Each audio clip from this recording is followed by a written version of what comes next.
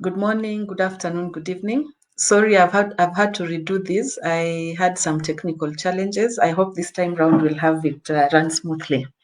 So karibuni sana. This is part 2 of 10 in terms of communication competency, and we are focusing on the role of cohesion and clarity in communication. Funny thing, when I was looking at this, the issue of cohesion, I was wondering what has cohesion got to do with communication? And funnily enough, it actually plays a big role. So join me, we explore this and get to see how we can actually marry cohesion and clarity just to make sure that we effectively communicate. So in this particular session, we are going to look at what cohesion is, what clarity is, and how they affect. And basically just a reminder what communication is all about. It's a cycle, it's cyclic.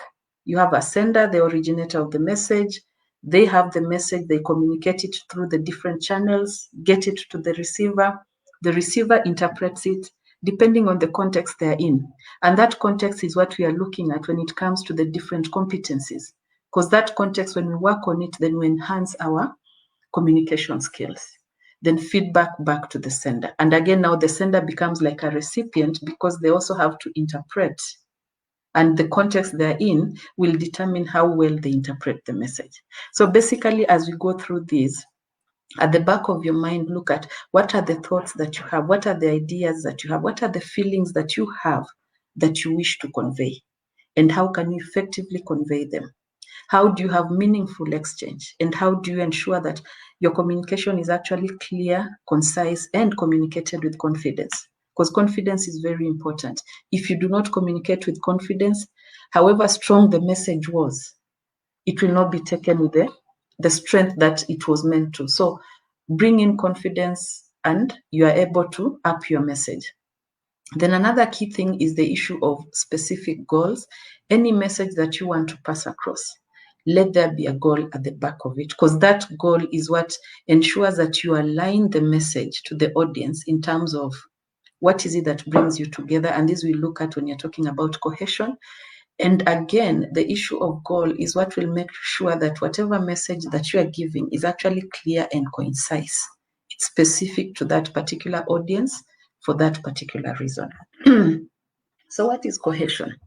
For me, I like to look at cohesion in terms of sticking together, in terms of having unity of purpose, in terms of everything just coming together. Like when you want to bake a cake, you have the different ingredients that you bring together. So you have your flour, you have your eggs, you have your oil, you have your flavors, and all these come together. And at the end of it all, you actually have your cake. So when you look at cohesion, look at it from that particular context. We are different people, we have different backgrounds, we have different contexts, we have different expectations. But what is it that brings us together? What is that unifying factor that we need to focus on and align our messages towards it? Then equally, when you're looking at cohesion, look at the extent of unity. And this is more aligned to the norms of the group. How do we, the small things that we do, how do they ensure that we actually feel that we belong? We actually feel attracted. Like when you look at Sisters for Sisters, what are the small things that we are doing that make us feel that we belong? When we look at the larger Lugulu alumni, what is it that makes us feel connected to it? What is it that makes us feel unified? So as we go through this, we need to look at it in terms of, as an alumni, as Sisters for Sisters, as a chapter, what can we continuously do in terms of our communication to be able to attract more members to us? Because the more we are, then the more impact we can have on the recipients who are the current students within the school. What is it we can do at our level, whether it is the Sisters for Sisters chapter, whether it's the larger Lugulu alumni, what is it that we can do to be able to influence? Like right now, the unfortunate incident that happened, you can imagine what the children are going through. You can also imagine what the administration is going through. Then as an alumni, what is it that we can do to be able to bring these two parties together so that we go back to how things used to be? It might not be easy, but something has to be done. So what is it that we carry as an alumni that can help us influence? What is that factor? Having gone to that school, that is one of it. wanting the best out of the school, be it the institution itself, be it the students going to that particular institution. That is another unifying factor. So how do we bring this together with the skills and competencies that we have, with the networks that we have, to positively impact the school? Then finally, you also want to look at the greater identity of the members. What is it that helps the membership to be able to conform? If, for example, I joined Sisters for Sisters because I want personal development, then am I getting the personal development to feel that I'm actually belonging to this group? Those who want to offer, to adapt kids through the sponsorship program, then how do we effectively do this so that we are ensuring that the larger membership actually is conforming, feels like they belong? Because all this is what brings cohesion. All this is what makes us gel. And when we gel, then we are able to achieve more. Now, coming to reflection, because just generally having understood what cohesion is, then at this particular point, I would want you to take time and just ask yourself, what can I, at a personal level, whether you are an individual, whether you are a leader in the Sisters for Sisters, whether you are a leader in the larger alumni, whether it is in your work environment, you're a team leader or you're a member of a team, whether it is in your home, probably you are the elder sibling, you are the mother in the home, you are the father in the home. What is it that you can do to attract your team? And the team here, remember, it will depend on your context. But what is it that you can do to attract? And for you to be able to attract your team, you need to go back to a definition of cohesion, the unifying factor. What are the things that bring these people to your team? For Sisters for Sisters, what is it that we are at, that attracted people to it? The issue of personal development, the issue of coaching and mentorship for the students, the issue of offering scholarships to the students to help the needy students. Then these are the things that attracted us to Sisters for Sisters. So how do we ensure that any communication that we do is actually aligned to that, so that we continuously attract more members to it? If it's in the workplace, you have a team, you have a project. What is the project goal? The members in your team, the different skills that they bring on the table. How do you tap into those skills to be able to achieve that goal? So that when I'm communicating to a specific person, what are the skills that they have and how can they bring to the team? Like if I just go back, if I look at the different committees that we have, say for example, we have a communications team, then the people within that particular team, how do they leverage their strengths to be able to help us as a chapter to communicate effectively? When you come to the coaching and mentorship committee, then what activities have they laid in place, leveraging again on their skills, competencies, and experience to be able to help us as a chapter to effectively offer coaching and mentorship to the students at Lugulu? When it comes to our sponsorship committee, you want to look at how have they effectively leveraged at their individual skills to be able to come up with strategies to help us to fundraise. That is at an individual level, attracting each other at an individual level based on our skills. Then now when we bring these skills collectively, how do we, probably as the coaching and mentorship committee, the sponsorship committee, and the communications committee, how do we effectively work together to be able to achieve the overall goal of the sisterhood? So those are the things we are looking at in your team. Look at the person at an individual level. Then how do they fit into the team? Then how do you model your message around that? The other key thing is the communication style and channels. And here you want to look at channels that actually are attractive to each particular member of the team. Like if we go to the larger alumni, we have members who were in school in the 60s. We have people who are leaving school right now.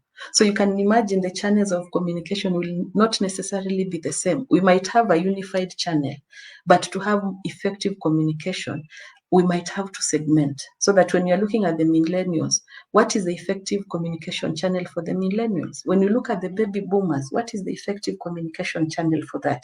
Then we segment our messages accordingly.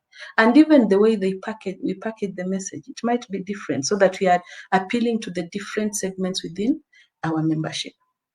Then finally, the issue of our brand. Lugulu is a large brand.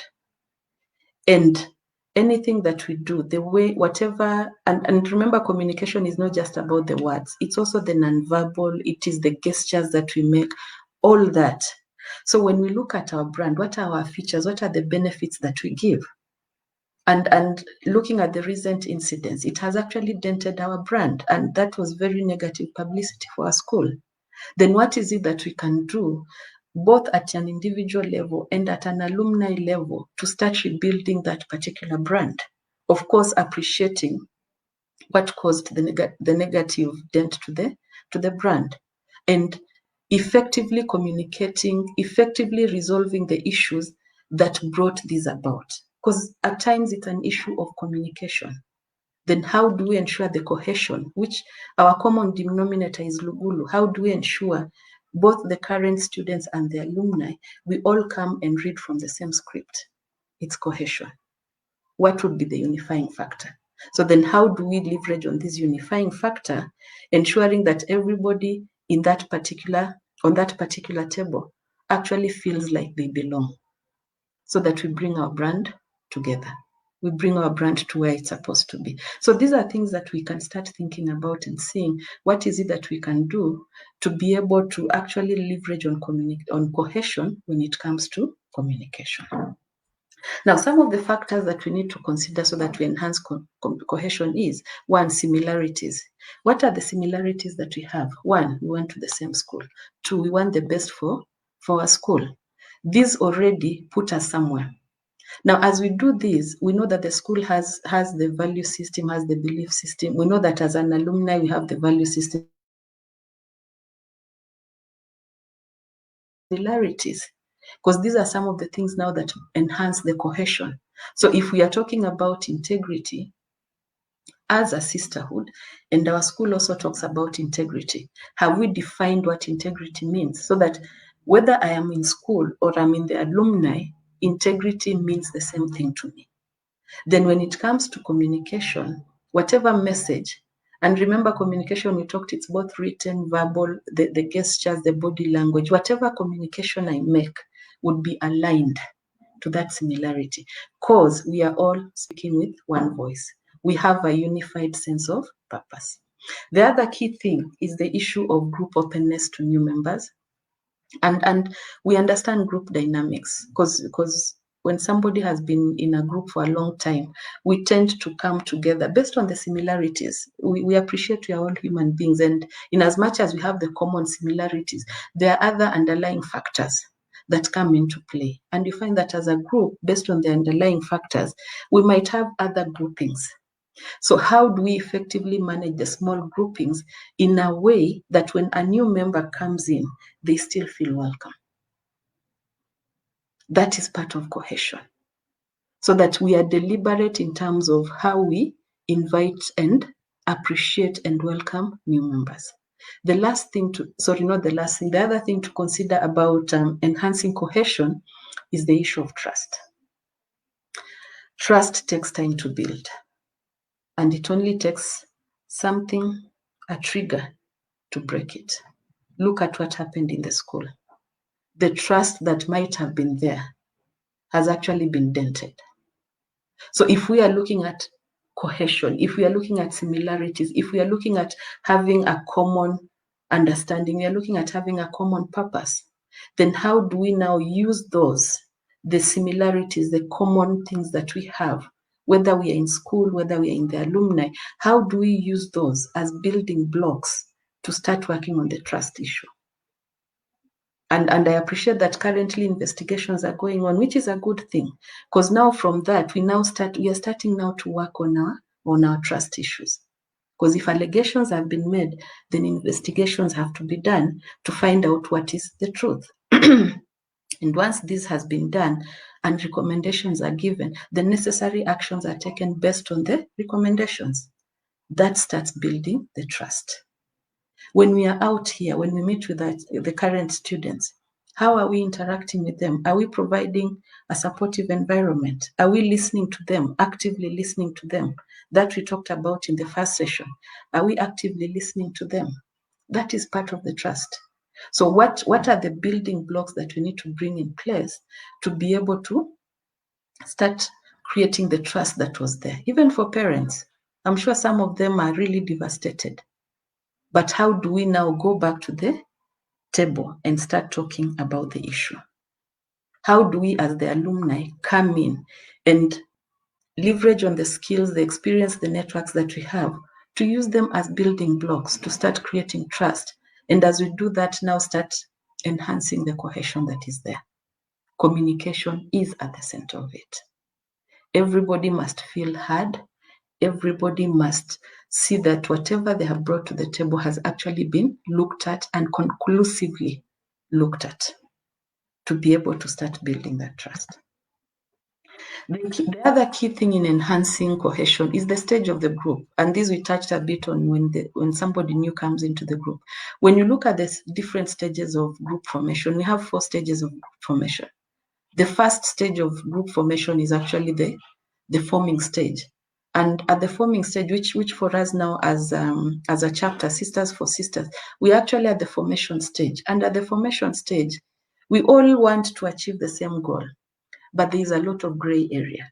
We don't know what to do per se. We are not comfortable with it, or probably we are looking to see, how do I fit in? How do I bring my expertise here? How do I leverage on what is being offered? So at the forming stage, there's anxiety, there's a lot of energy, but at the same time, if it's handled well in terms of how communication is done, then we move now to the next stage, which is the norming stage. And the norming stage basically means that, we move to the storming stage, not norming, sorry.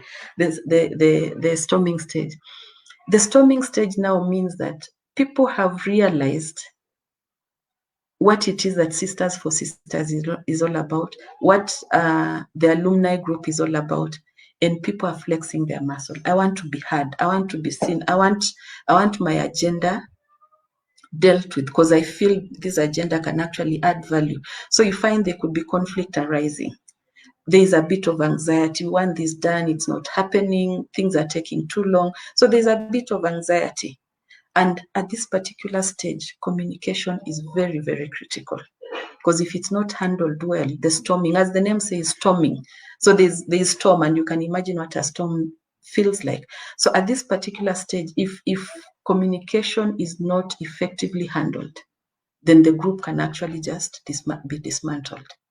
But when we survive this through effective communication, the different needs have been looked at, they have been addressed, they've been aligned to the common purpose of the group, the team, or the overall objective.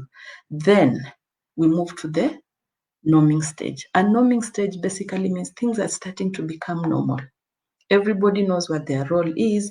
They're fitting in. They know I can bring my skills here. They know there is a coaching and mentorship program that will be happening in the school, and this is how I'm going to participate. We know there's going to be a fundraising to assist maybe 20 needy kids. This is how I'm going to do it. So everybody is comfortable knowing what it is that they're expected, and they do it. So when you move from there, then but at this particular norming stage, it doesn't mean that we don't communicate, because remember, it's about cohesion. So for us to ensure that cohesion sticks, then the communication has to be modeled in a way that now encourages and appreciates the different competencies, the different roles that everybody is playing in the team. Then finally, you come to the performing stage. As the name suggests, everybody is performing. So if it is the coaching and mentorship, it is already happening, and the coaches, the mentees are already on the ground. They have been assigned the students to work with. If it is the fundraising committee, they have strategies in place. They have dates of the different fundraisers. If it is the personal development, different programs are in place, and everybody knows when to expect what. So things are working smoothly. But even as they work smoothly, we must continuously communicate, appreciate, encourage, motivate, so that people maintain the tempo. So stage of the group is important, appreciating where we are at, so that we understand the level of cohesion and what the depth of communication that needs to happen. Then finally, the issue of past group experiences.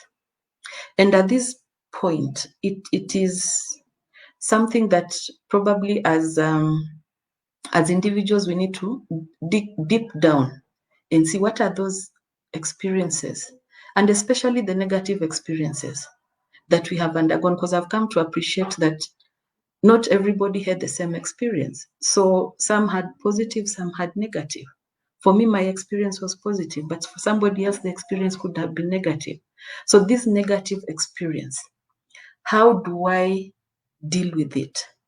Because the more I carry it with me, the more I don't want to participate in the alumni activities because of the negative feelings I have towards the school, the more it eats at me as an individual. So what is it that I can do at an individual level to overcome that which I experienced? If collectively we can come together and deal with it, then the better. Because once we deal with it, then we know how to move forward. And most importantly, we will know what telltale signs to look for. So that if you see something, you are like, no, that's an indicator, that's a red flag. We need to deal with it. It enhances our communication. It actually enhances our cohesion as a team, as an alumni, and it makes us stronger because the experiences, whether positive or negative, if we can leverage on that and pick the lessons from there and ensure that going forward, the positives are encouraged, but the negatives are dealt with in an effective manner, then we continuously enhance our cohesion. Similarly, in the workplace, we go through the same negative, positive. Then how do you pick lessons from the negative experiences so that the next time we encounter a similar scenario, you will know how best to go about it. You will know how best to communicate with that boss who's all over you, that boss that you don't know how to tell no to. How do you learn from this to be able to put yourself in a better position within, whether it is the workplace, whether it is the family, or whether it is within the alumni? Now, the next thing we want to look at is clarity. And clarity basically is just clearness in terms of perception and understanding. And perception and understanding is about the context. It's about your audience. So it's important as we look at this, the issue of cohesion, understand your audience. And this is where cohesion comes in, because you need to understand what are those similarities that we have, so that whatever message I'm giving, what is that common unit of purpose? So that when it comes to clarity, then the clearness that I'm talking about, the lucidity that I'm talking about in terms of perception and understanding comes in because I align my message to what is our common purpose. The other issue on clarity is freedom from ambiguity. And I think this is very straightforward. Be clear. Don't talk in languages that people do not understand. Don't go on and on and on. There are people who will speak even for 10 minutes, but you cannot actually decipher what they said. So avoid ambiguity. If you have to use specific words to communicate, then do so. If, say, you are in a certain industry, use words that people understand within, jargon that is relevant to that particular industry. Then, of course, clarity also means clear and easy to understand. Don't use a lot of vocabulary. I know some are blessed when it comes to linguistic, but at times when we use a lot of heavy vocabulary, we tend to lose people. So use simple language that everybody can actually understand. Now, as we look at clarity, what are some of the obstacles? One of the obstacles is speed of speech delivery. We have people who talk softly, we have people who talk quite fast. So you need to know your audience and know what is the purpose of your communication. Remember, we talked about having a specific goal. So when you know what your goal is, then even the speed of speech delivery will be aligned to that. If I need to emphasize something, then I need to tone down, I need to slow a bit so that I emphasize. So even if I'm very fast in terms of speaking, then I will have that at the back of my mind to ensure that the speed at which I deliver my speech has to be effective so that I avoid an obstacle in communication. The other obstacle is mumbling or not being audible enough. We have people who, when they talk, you can hardly hear them, even if you're sitting in the front line. It's like they're talking to themselves. So we need to learn how to articulate, how to project our voice in a manner that even the person at the end of the room can actually hear what it is that you're saying. Accents are another thing. And here the issue of mother tongue effect can actually come in. So we need to appreciate and know that if I have an issue, if I have a mother tongue effect, then I need to be conscious about it. It doesn't mean that I can't speak, but I just need to be conscious about it so that I know where I might have problems.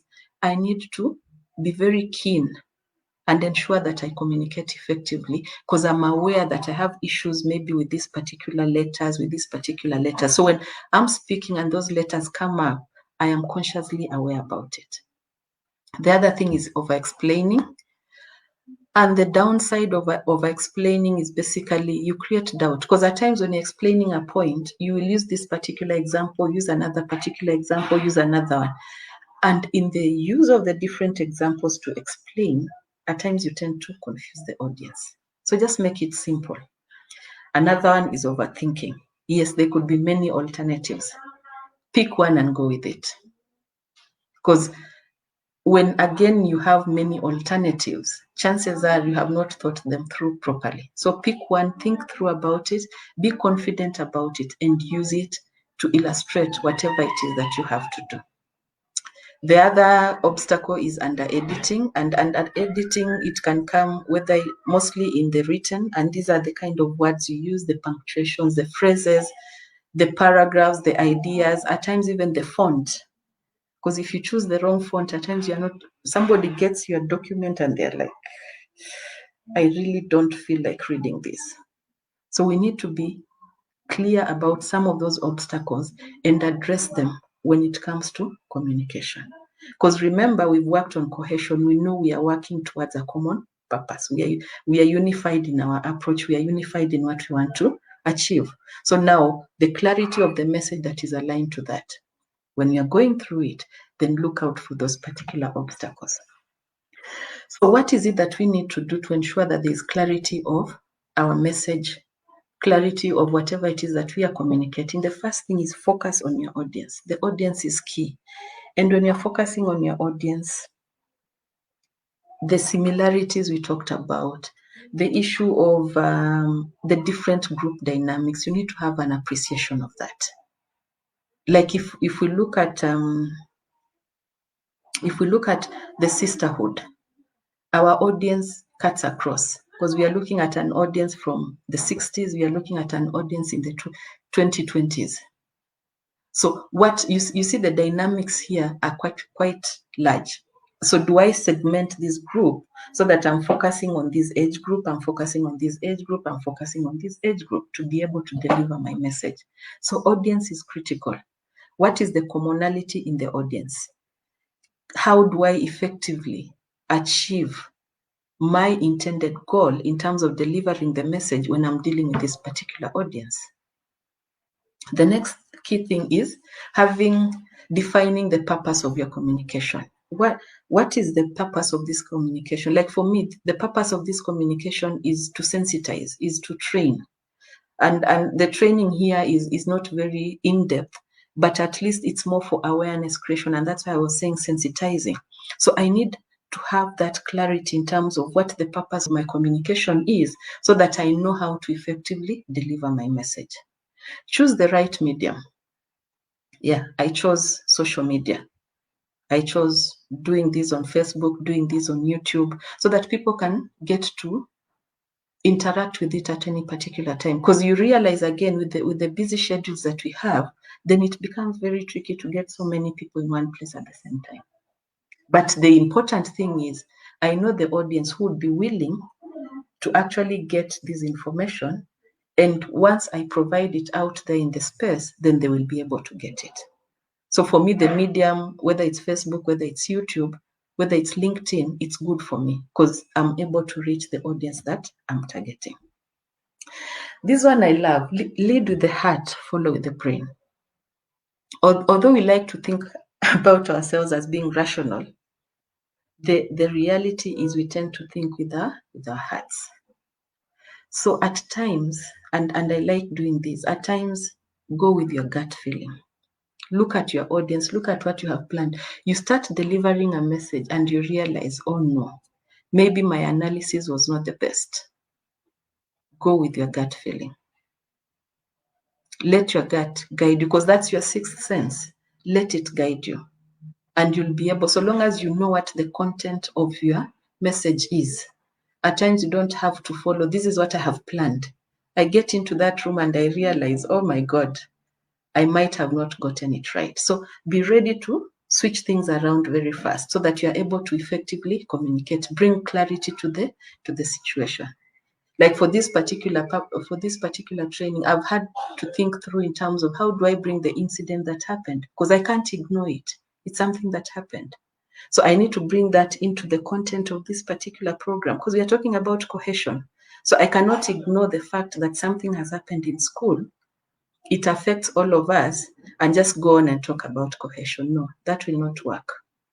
And that brings in the issue of considering the context. How I would have delivered this before the allegations were raised would have actually used different examples. But now, after the allegations, then I have to be in the right context to communicate, appreciate what is going around you, and see how best to bring it into that. Because remember, the audience here are all linked to that particular school. So if you ignore what is currently happening, then you lose out on your audience. The other key thing is be simple, avoid jargon. We talked about ambiguity. In as much as we are saying don't be ambiguous, also avoid jargon. If you have to use technical terms if you're talking to a technical audience. But if you're not talking to a technical audience, use simple language. And at times it's important to remember that less is more. Focus more on being specific, being concise, as opposed to having to elaborate things and talk so much about it. Remember to have calls to action, and these are things you can have slogans or something. These are things that actually provide the audience with something that speaks to their heart, something that makes them want to take action. So if you can, have a call to action in your speech. Then lastly, be creative. And creativity comes in different ways. So find best ways of bringing creativity to your communication, so that as you move along, you continuously engage your audience when and during the time of delivery of your speech or whatever content you're giving. Now, this is something that I will let you do at your own time. But basically what you're saying is, if you're focusing on clarity, then how you word your message is very important. Now, going from old to new basically means you need to use old information to give a basis of whatever it is that you want to talk about. You can't start with a new idea and then go back to an old one. You lose people in between. So start with an old idea and build on it as you come to the new idea. That's basically going from old to new. So when you look at the exercises, then you'll be able to see what I mean. Because where there is a new issue or an old one, I've put it in brackets. So this is more for you to go through and just think a bit about it to ensure that you're enhancing your clarity. The other area in terms of clarity is the placement of subordinate clauses. And basically, subordinate clauses are clauses that cannot stand alone as complete sentences. So where do you need to bring it into your statement? Like if we look at these two sentences, because of the growing use of computers to store and process corporate information, industrial spying is increasing rapidly. And then industrial spying, because of growing use of computer, whatever. When you look at the two sentences, the meaning is different. And there's clarity in one of them. So which one has clarity and why is it? So look at the placement of subordinate clauses. The third one is the use of active voice. And basically here, what I want to emphasize is, if you want to be very specific, you want to be clear, then you need to use the active voice. And the active voice here is the first statement. The committee decided to postpone the vote. Very clear. But the second statement is a bit passive. A decision was reached to postpone the vote. It is the same message, but the second one is not very clear. It's a bit passive. But there are times where you might have to use the passive, especially when you do not want to draw attention to the doer to the subject of that particular statement. So again, look at this and see the use of active voice vis-a-vis the use of passive voice. And if you have any question on this, my email is at the end of the presentation. Just get to me, or even a phone. You can give me a call and we can discuss it. So what is it that we need to practice to enhance the issue of cohesion and clarity when it comes to communication? The first key thing is purpose is defined by ambitions, actions, plans, and principles. So what is important here is what we say is both our perception and our reality. And this brings me to the issue of the thought process. Or as people say, what you think is what you get. So basically, we have to have an appreciation that whatever you say is a reflection of your perception, and your perception is your reality. And these are things that we can actually choose, be deliberate about. So when we are talking about cohesion, having a cohesive team, then also the perception that we have about that team has to be worked on the kind of wording that we choose, on the kind of communication styles that we put in place. Because eventually, that is what will bring our reality. Right now, if we look at this in terms of perception, like the incident that has happened, what is the perception that it has created? Then how do we now start, based on the investigations that have been done, based on the findings, how do we now package messages that start working on the perception, start bringing, remember we talked about trust, that also starts working on the trust that has actually been dented, so that now we start creating a new reality, because the reality right now might not be what we want it as a reality. So how do we now go back and start working on the perception so that we create our reality? The second thing is that we need to practice is about your audience. And the key thing here is your message has to cut through the noise. And remember, the noise we talked about is the context within which somebody is operating on. If somebody has the family issues, if somebody has financial issues, if somebody has health issues, if somebody has, spiritual issues, that is the noise. So you need to appreciate your audience, where they're coming from, and seeing how best do I cut across this particular noise to be heard so that my message is delivered. Thirdly, simplicity. Always remember, simplicity is important because it helps your recipient better interpret what you're talking about. So always use simple and clear directions, simple and clear messages, because at the end of the day, this is what gets you results. Have clear and concise messages. And the thing here is, and if I refer to a business environment, at times when we look at the general leadership within corporates, within organizations, or even now within our alumni, we might find that maybe at the leadership level, you have clarity of what it is that you want. But what you are communicating might not necessarily be the clarity you are thinking that you have. Remember the perception and reality? So I might think I'm communicating effectively, but when I talk to my people, when I share my communication, then I realize that I'm actually not communicating. So can I take time and have clarity, have concise messages? I can, have people who feel the message. I can share with them and say, please go through that communique. Does it make sense? What is your interpretation of what I've said? And when I do that to 2-3 people, then I have a general feel whether I'm actually communicating clearly or not. Another thing we need to appreciate is clarity improves connections as well as engagements, because when you are clear, it actually increases trust levels. It enhances transparency. So tell people exactly what you want. Don't sugarcoat. Because in the sugarcoating is where we are beating around the bush and we are being ambiguous.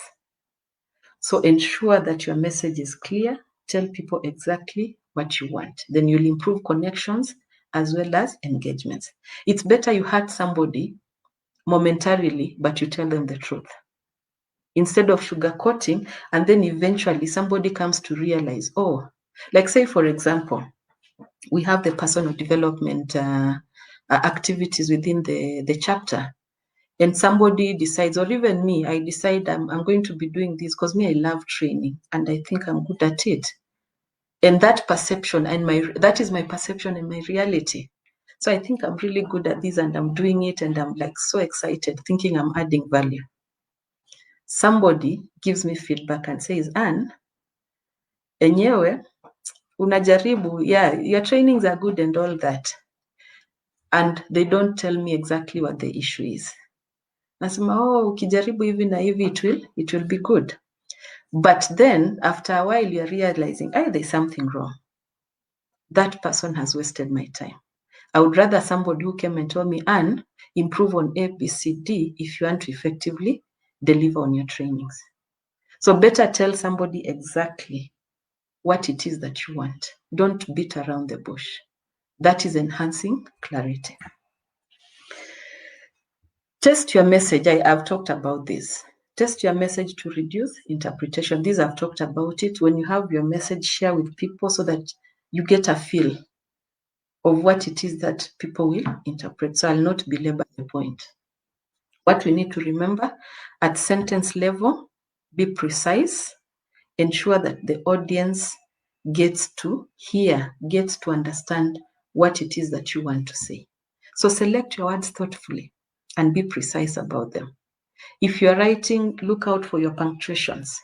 Look out for the emphasis, because at times the kind of words that we choose, the kind of phrases that we use actually would emphasize the message that you're writing.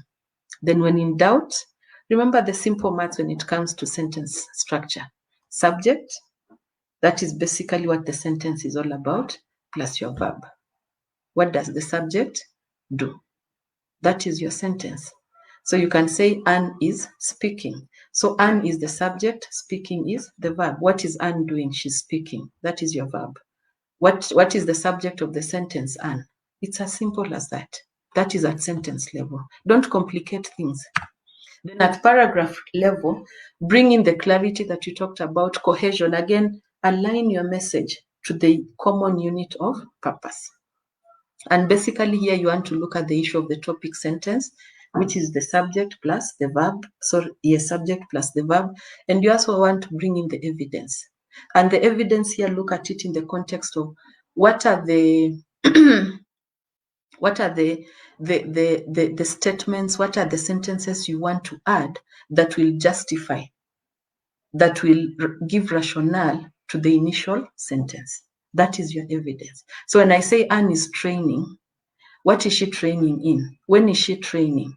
How long does the training take? That's part of the evidence. So that gives me a paragraph. Then at essay level, again, the pattern is the same. Just ensure that there is clarity, bring in the sentence issue. And the key thing here is to look at it from the equation that we talked about, and then also look at it from the overarching umbrella. I wanted to highlight this, the overarching umbrella. And basically here what you want to, when you're writing an essay, what you want to focus in, what was the purpose of that particular communication? What is your overall objective? That is your overarching umbrella. So that anything else you're bringing in is actually the evidence to support that particular overarching umbrella. Keep revising, because whatever first draft you come up with, it doesn't necessarily mean it's the perfect draft. Even for me, like for the training, because there's a lot of content online. So you find this first draft, maybe I have like 40 slides. I'm like, no, that's too much. Then I start editing. So keep revising and perfecting your copy. It might not be the perfect thing that I want, but it's close to what I wanted. But as I do this, I always remember what is the audience I'm targeting? What is the purpose of my communication? And I keep asking myself, so when I share this, the other person on the other end, atajiuliza, so what? Have I answered the so what question that they have? So at essay level, that is basically what you might want to look at. And that's it in terms of what I had to share with you today. So if you have any question, any comment, you need any clarification, you can reach me at that particular address. But just As a parting shot, let us remember that cohesion, very important, because that is what brings us together. That is the common goal that we have. And clarity in terms of clear, concise messages. Say what it is that you want to say. Don't sugarcoat things. Marry the two. Then you continuously enhance your communication. So thank you very much. And look out for part 3. Part 3 will be looking at friendliness in terms of communication. How do you bring civility in your communication? And with that, we come to the end of our session. All the best as you go through the material. Thank you.